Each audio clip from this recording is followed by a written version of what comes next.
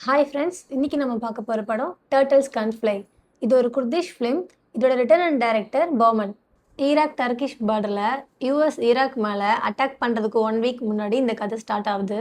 எல்லாருக்கும் சைல்டுஹுட்டுங்கிறது ஒரு ட்ரீம் போல் ஒரு ஜாய்ஃபுல்லாக இருக்கணும் அப்படின்னு தான் ஆசையாக இருக்கும்.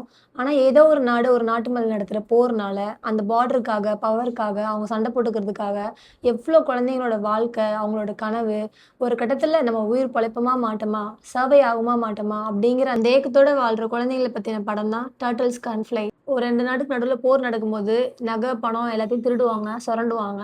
ஆனா, ஒரு குழந்தைகிட்ட இருந்து எதெல்லாம் பறிக்கக்கூடாதோ, அதெல்லாம் பறிக்கப்படுது ஆக்ரீன் கிட்ட இருந்து. அதுதான் இந்த படத்தோட கதை. ஆக்ரீன் கூட ஒரு கண்ணுத்திரை குழந்தை இருந்துட்டுருக்கும். அது அவளோட தம்பின்னு நம்ம நெனச்சிட்டுருப்போம். ஒரு கட்டத்துல அது அவளோட குழந்தை அப்படின்னு தெரிய வரும்போது, அங்கேயே நான் உடைஞ்சுட்டேன். ஏன்னா, ஆக்ரீனே ஒரு 10, 12 வயசு இருக்கிற ஒரு சின்ன பொண்ணு.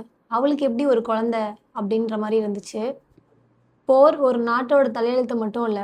பல குழந்தைங்களோட வாழ்க்கையை நாசமாக்குது அப்படிங்கிறத பார்க்க மட்டும் இல்ல, நம்மள உணரவும் வச்சிருக்காரு டைரக்டர். வழக்கமா நான் சொல்ற மாரி இந்த படத்தோட கதைய ஸ்பாயில் பண்ண எனக்கு விருப்பம் இல்ல. ஏன்னா இது படம் இல்ல, ஒரு வாழ்க்கை. இந்த படம் YouTubeல அவைலபிளா இருக்கு சப்டைட்டிலோட. கண்டிப்பா பார்த்துட்டு உங்க கருத்துக்கள என்னோட கமெண்ட்ஸ்ல ஷேர் பண்ணிக்கோங்க. This is film journal with Joe. Stay tuned.